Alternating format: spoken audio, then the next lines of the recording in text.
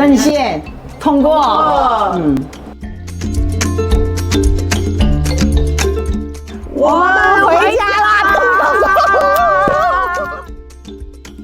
！77年毕业，到78年我们就定职为副司机，成立这个38包成组。我们必须要按照最高的要求来要求自己。男同志，你能做到的，我们要能做到。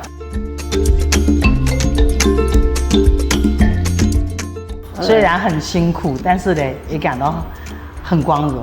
我查对于那个村子，它就在铁路边。这边我一伸头出去一看，他们一看见哇，哥在那，直接就跟我打招呼，所以也感觉到很光荣啊。一直跑到了79年的年初，后来是铁路局决定取消了，然后我们就下车了。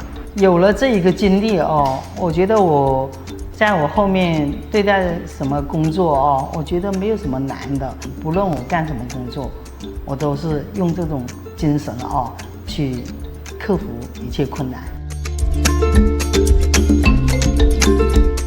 不管再怎么累，我们下班还是要把我们的车擦得干干净净的。自己曾经的年轻的时候奋斗过，很自豪，也很高兴。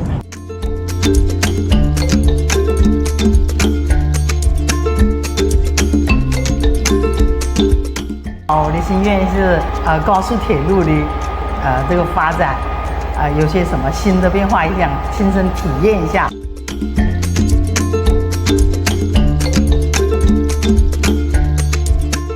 很高兴，特别是我们工作过的地方有这么大的变化，这是我们几十年前从来没想过，金城江会有一个这么大的车站。到了这个金城江河池站来看，简直不敢想会有今天这个面貌。列车又平稳又高速的这种通过，说不出的这种高兴。